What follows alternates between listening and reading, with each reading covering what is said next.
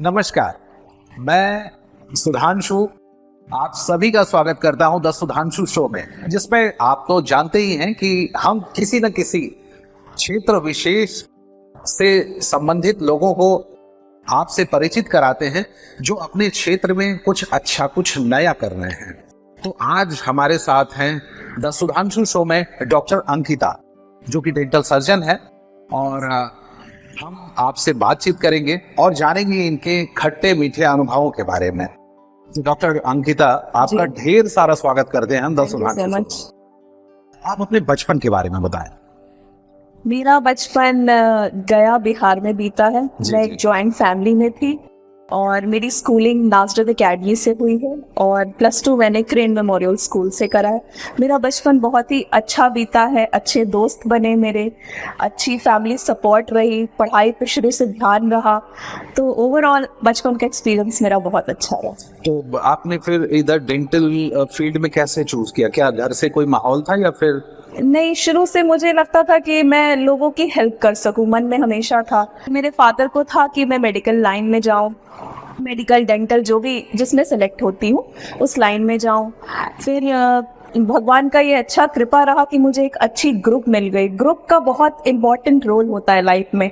आप किस तालाब में रहते हो, आप कौन से फ्रेंड्स सेलेक्ट करते हो, ये इसका बहुत प्रभाव पड़ता है। मेरे फ्रेंड्स जो थे शुरू से उनके लाइफ में एक एम था कि लाइफ में कुछ बढ़ना है, कुछ बढ़ना है। अब किसी भी डायरेक्शन में, कोई किसी ने मैथ्स लिया, किसी ने बायो लिया, तो आज कहीं मतलब हर जगह अच्छे पोजीशंस में, कोई बैंक में अच्छे पोस्ट पे है, कोई आईटी कंपनीज में, कोई अब्रॉड में सेटल्ड है। कोई भी करियर और प्रोफेशन की जो शुरुआत होती है वो बचपन में ही हो जाती है। आपको एक एम रखना बहुत जरूरी है और फैमिली सपोर्ट तो सबसे इम्पोर्टेंट है। वैसे घर के अपने घर के बैकग्राउंड के बारे में बताएं। घर में मेरे फादर गवर्नमेंट जॉब में हैं, वो जॉब में थे, रिटायर्ड हो गए। वो मार्केटिंग डिपार्टमेंट में ADSO के पोस्ट पे थे। मदर मेरी स्कूल टीचर थी, गवर्नमेंट जॉब में थी। वो 9th-10th के +2 के बच्चों को पढ़ाती थी। मम्मी का शुरू से मैथ्स बहुत अच्छा रहा, तो उनका कंसर्न ये था कि मैथ्स में बचपन से ध्यान दो, अच्छे रहो, तो मैं मैथ्स के तरफ मेरा रुझान था। लेकिन फादर को था कि नहीं, बायो लो, मेडिकल में जाओ। मेरे फैमिली में भी लोग डॉक्टर्स हैं तो उनका उधर रुझान था। तो मैंने मैथ्स बायो दोनों लिया, लेकिन फिर बाद में मुझे लगा कि नहीं, बायो के साथ कर पाऊंगी, तो फिर मैंने ये फील्ड में आ गई।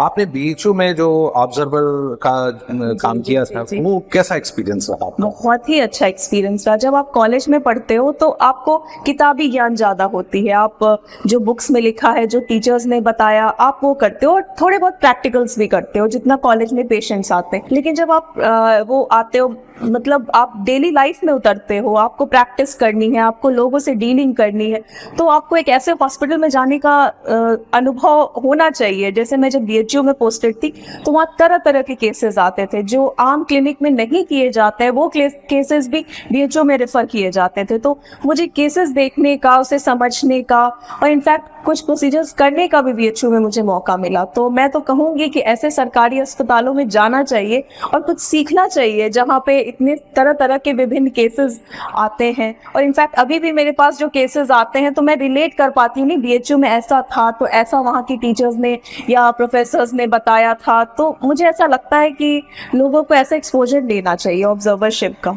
यानी आप ये कहना चाहती हैं कि number of variety of cases? हाँ, वेराइटी बहुत है, कॉम्प्लिकेटेड केसेस बहुत हैं जो एक क्लिनिक में ट्रीटेबल नहीं है, वैसे केसेस भी BHU में रेफर किए जाते हैं। कभी कोई ऐसा आपके साथ कोई घटना घटी जो आपको बहुत अंदर से हिला दिया कि ये बहुत टफ केस लग रहा है? बनारस में पान खाने का बहुत शौक होता है लोगों को। बनारस पान बहुत फेमस है। पान बनारस हाँ, वाला। तो खाना बिल्कुल चाहिए। हफ्ते में आप ओकेजनली ले लो, कभी ले लो। लेकिन आजकल लोग, या पहले से भी लोग क्या कर रहे हैं कि पान के साथ गुटखा, तंबाकू और सुरती ये सब मिला के या अलग से ले रहे हैं। इसकी ये नशा हो जाता है, हैबिट पड़ जाती है।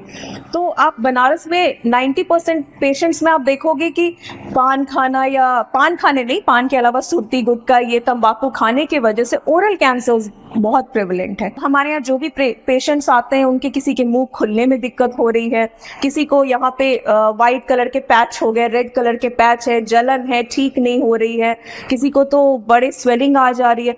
तो मैं यही कहूँगी कि ये सब केसेस देख के मुझे मतलब अच्छा फील नहीं होता है कि नशे के वजह से इतनी सफरिंग है, क्योंकि एक बार ओरल कैंसर हो गया तो फिर एक लंबा ट्रीटमेंट प्रोसेस चलता है। तो मुझे इसका है कि ये चीज़ लोग ना करें, कि लोग तंबाकू, गुटखा, पान, बीड़ी, ये सबसे जितना दूर रह सकते हैं, ये है कि मेरा वो संदेश लोग के लिए। जैसे लोगों के दांतों में जो टेढ़ापन, जो आगे दांत निकले रहते हैं, तो उसके लिए क्या कोई ट्रीटमेंट वगैरह? हाँ बिल्कुल, जैसे क्या होता है कि जब हम पैदा होते हैं हमारे मुंह में दांत नहीं होता है, 2-2.5 साल में सारे 20 दांत आ जाते हैं जो प्राइमरी टीथ कहलाते हैं। बच्चों में ये दांत होते हैं, लेकिन प्राइमरी टीथ धीरे धीरे झड़ने लगते हैं, हटने लगते हैं, तो फिर परमानेंट टीथ आते हैं। जब परमानेंट टीथ आते हैं तो बहुत बार ऐसा होता है कि हमारा प्राइमरी टीथ टूटा ही नहीं है, परमानेंट नया आ गया हो। तो क्या होता है कि पुराना दांत पड़ा हुआ है, नया दांत पीछे आ गया हो, कभी पुराना दांत टूट भी गया हो तो टेढ़े मेढ़े दांत आ जाते हैं नए। पेरेंट्स बहुत कंसर्न होते हैं कि मेरा बच्चा भी 8 साल का है, 10 साल का, 12 साल का है, उसके टेढ़े मेढ़े दांत आ रहे हैं। तो आइडियली हम लोग को 12 साल तक वेट करना चाहिए कि कुछ ना करे, वो मतलब अपने आप सेटल होने दे, थोड़ा कुछ दांत आए आगे पीछे, फिर एडजस्ट हो जाए। अगर एडजस्ट नहीं हो पा रहा है तो ब्रेसेस की ट्रीटमेंट होती है, ये 1.5 साल चलती है डिपेंडिंग ऑन द कंडीशन। उसमें तार लगते हैं, आजकल तो ट्रांसपेरेंट भी आ गए हैं मार्केट में जो कि उतने एस्थेटिकली अच्छे हैं। तो मेरे हिसाब से कि ब्रेसेस ट्रीटमेंट बच्चों के लिए, एक एज के बच्चों के लिए और 12 से 18 साल के लोगों के लिए सही रहता है। जो टेक्निकल जो बदलाव आ रहा है, ये मेडिकल साइंस को क्या कहीं प्रभावित कर रही है? उसके लिए पॉजिटिव है या फिर नेगेटिविटी है? नहीं, ये बहुत पॉजिटिव चीज़ है। पहले क्या होता था कि डेंटल में ही हम समझ लें, दांत खराब है, लोग को पता ही नहीं है। जब बहुत दर्द हो रहा है, पेशेंट आ रहा है, पेशेंट आया, कोई उपाय पता नहीं है, सीधे दांत निकाल दो, वो मतलब जड़ से हटा दो वो चीज़ को। अब लेकिन जो टेक्नोलॉजी है, डायग्नोसिस हो गया, या डायग्नोसिस में आप देखिए OBG है, एक्सरे है, CBCT है, ब्लड टेस्ट है, इतनी डायग्नोसिस के थ्रू हम ये देख पाते हैं कि बीमारी शुरू हुई है उसी समय ट्रीट कर दें, या अगर मान लीजिए कहीं इन्फेक्शन भी आ गया है तो उसको RCT है, कैप, क्राउन, ब्रिज लगा के ठीक कर दें। अगर उससे ना भी हो पाए तो अगर दांत निकलता भी है तो हम लोग इम्प्लांट वहां कर सकते हैं। तो टेक्नोलॉजी बहुत बड़ी है और इससे बहुत सुविधा मिली है लोगों को। अब बहुत ऑप्शन है लोगों के पास अपने ओरिजिनल दांत बचाने का, और इनफैक्ट अगर दांत चला भी गया हो तो उसको ठीक करने का। और इनफैक्ट मैं जो आपको कैंसर के बारे में बता रही थी, उसके भी बहुत सारे ट्रीटमेंट ऑप्शंस आ गए। पहले था कि किसी को ओरल कैंसर है तो अब भाई चांस ही नहीं है उसके बचने का, लेकिन नहीं, अगर आप राइट टाइम पे शुरू के स्टेजेस में डॉक्टर के पास आप जाते हो और अच्छी ट्रीटमेंट मोडालिटीज मिलती हैं तो आपके जीने के अभी भी स्कोप बाकी है। डेंटल मेडिसिन का भविष्य क्या लगता है आपको? मुझे डेंटल मेडिसिन का भविष्य बहुत सही लगता है। पहले से बहुत सारे एडवांसमेंट हुए हैं हर चीज़ों में। टेक्नोलॉजी ने इतने सारे डायग्नोस्टिक चीज़ें निकाली हैं। पहले डेंटल चेयर्स भी नहीं होते थे, लोग नॉर्मल चेयर्स पे दांत निकाले जाते थे। अब एक से एक डेंटल चेयर आ रहा है, चेयर्स में इंस्टॉल्ड है, हर चीज़ की फैसिलिटीज़ मिल रही है लोगों को। तरह तरह के एक्सरे यूनिट्स आ गए हैं, डायग्नोस्टिक इंस्ट्रूमेंट चीज़ें, तो हर तरह से टेक्नोलॉजी बढ़ रही है। उस टेक्नोलॉजी के बढ़ने से ये है कि लोगों की डायग्नोसिस में हेल्प हो जा रही है, बीमारी तुरंत पकड़ में आ जा रही है। अब लोग भी जागरूक हो गए हैं। स्टार्टिंग में ही किसी को कुछ भी दिक्कत होती है तो लोग आ जा रहे हैं दिखाने। पहले था कि देखा जाएगा या दुकान से जाके दवा ले लेते थे, अब ये चीज नहीं। अब लोग अपने चेहरे को, हेल्थ को लेके बहुत, या दांत को लेके बहुत जागरूक हो गए हैं। इनफैक्ट जो दांत होता है, हमारा मुंह होता है, एक पर्सनैलिटी का एक बहुत इंपॉर्टेंट पार्ट होता है। अगर आपके दांत सही रहते हैं तो आप दो लोग से बात करते हो तो आपको बहुत कॉन्फिडेंस फील होता है। नहीं तो आप कोई पब्लिक स्पीकिंग में हो या आपकी फील्ड ड्यूटी या कुछ भी ऐसे आप जॉब में हो जिससे आपको पब्लिक डीलिंग है और दांत आपके सही नहीं है, तो ना आप मुस्कुरा पाओगे खुल के, ना आप अच्छे से बोल पाओगे, तो एक सेल्फ स्टीम में बहुत गिरावट आ जाती है। तो आजकल तो स्माइल डिजाइन आ गई हैं, तो ये सब टेक्नोलॉजीज हैं जो दांत को और मुस्कुराहट को और लोगों के प्रति मतलब कॉन्फिडेंस से आप जा सकते हो। तो ये क्या स्माइल डिजाइन की अभी आपने बात की, तो क्या अगर मान लीजिए हमें जैसे डॉन बनना है या फिर हमें हीरो बनना है, तो यू कैन डिजाइन नहीं, ये क्या है कि जितने कस्टमाइज, हाँ, जितने भी अब जैसे एक्टर हमें हीरो बनना है हाँ। या फिर हमें गब्बर सिंह बनना है, तो आप हमारे पर्सनालिटी के हिसाब से आप डिसाइड कर देंगे। पर्सनालिटी जो आपकी फेस को सूट करे, मतलब फेस में कैसे दांत का ओरिएंटेशन होना चाहिए। आप जितने भी एक्टर्स को देख लेते हो, एग्जाम्पल बहुत सारी जो पुरानी एक्ट्रेस हैं या नई भी, सब कॉस्मेटिक ट्रीटमेंट कराए रहती हैं। तो जरूरी नहीं है कि हम वो चीज कराएं, लेकिन हाँ, उससे अगर हमारे एस्थेटिक्स में कुछ अंतर आता है, सुधार आता है, तो व्हाई नॉट, कराना चाहिए बिल्कुल। स्माइल डिजाइन से अगर कोई किसी की स्माइल अच्छी हो जाए तो बिल्कुल कराना चाहिए। ये कॉस्ट ज्यादा इफेक्टिव है या फिर नहीं, कम रेंज में भी होते हैं, थोड़ा बेसिक चेंजेस कम में भी हो जाते हैं। ऐसा नहीं है कि आम आदमी नहीं करा सकता, आम आदमी भी करा सकता है, लेकिन हाँ, कुछ कुछ ट्रीटमेंट थोड़ी कॉस्टली होते हैं।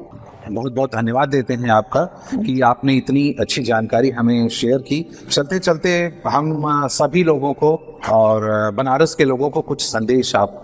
बनारस के लोगों को यही संदेश देना चाहती हूँ कि अपने दांतों का, अपने मुंह का, अपने स्वास्थ्य का बिल्कुल ध्यान रखें। आपको मुंह में किसी तरह की कुछ भी दिक्कत लग रही है, चाहे एक पैच ही क्यों ना हो, या आपके दांत में कोई कैविटी क्यों ना हो, या कुछ भी, या माउथ से आपको कभी कभी बदबू आती है, वो सब भी क्यों ना हो, आप एक डेंटिस्ट के पास एक हैबिट बना लें कि आप 6 मंथ्स पे या 3 मंथ्स पे एक विजिट लें।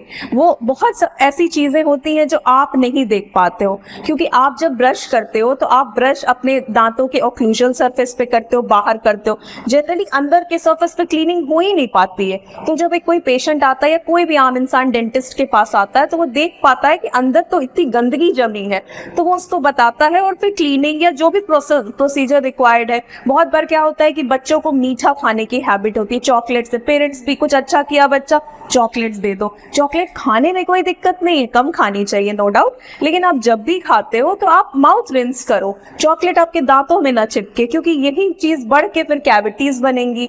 और बच्चों के हाइजीन का स्पेशली माओ को ये भी ध्यान देना चाहिए कि रात में जैसे बच्चे दूध पीते हैं, तो दूध पिए उसके बाद आप रिंस करा लो, क्योंकि दूध भी मीठा होता है, उससे पूरे दांतों में कैविटीज होने के चांसेस होते हैं। जहां तक मैं पान और गुटखे की बात करूं, पान खाना चाहिए, मीठा पान तो बनारस की शान है, बिल्कुल खाना चाहिए, लेकिन उसमें ये तंबाकू हो, सुरती हो, ये सब चीजें अवॉइड कीजिए, क्योंकि एक बार आप ये बीमारी की चपेट में पड़ जाते हैं तो फिर ये मुश्किल हो जाती है आपकी लाइफ, क्योंकि आपसे आपके पूरे परिवार की लाइफ जुड़ी हुई है। तो आपको ये चीज हमेशा सोचना चाहिए कि हमारी कोई भी एक्टिविटी से हमारे फैमिली को कोई दिक्कत ना हो, और जनरल बेसिक हाइजीन फॉलो करें दांतों के लिए। ब्रशिंग सुबह शाम करें, अगर मान लीजिए शाम में भूल भी जा रहे हैं तो कुल्ला करें कि एटलीस्ट दांत में जो फंसा है वो निकल जाए।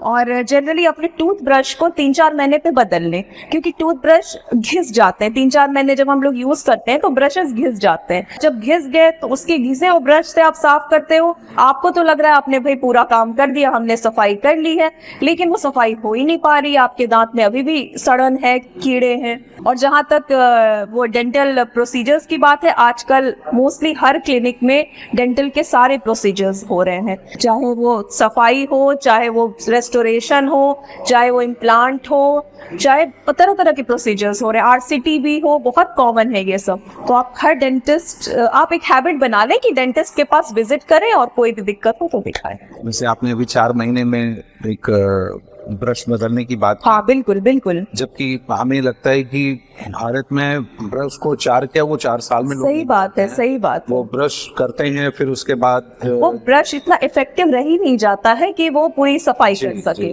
तो उसके कम से कम 1 साल तक तो वो लोग दांतों पे करते हैं, फिर उसके बाद जूते पे करते हैं, फिर उसके बाद किचन में करते हैं, नहीं फिर अंत में स्टार्ट कर दें 4 महीने बाद। ब्रेसल्स जब उसके खराब जाते हैं तो फिर पजामे में अपने इस्तेमाल करते हैं। डॉक्टर अंकिता से बात करके हमें मजा आया और उम्मीद है कि आप सभी एंजॉय कर रहे हैं the Sudhanshu show. Doctor Ankita को इतनी अच्छी जानकारी इन्होंने हमारे दर्शकों को दी, इसके लिए बहुत बहुत धन्यवाद। Thank you so much. तो अगली बार हम होंगे एक नए अतिथि के साथ, तब तक के लिए शुभ रात्रि, शबा खैर, नमस्कार। नमस्ते।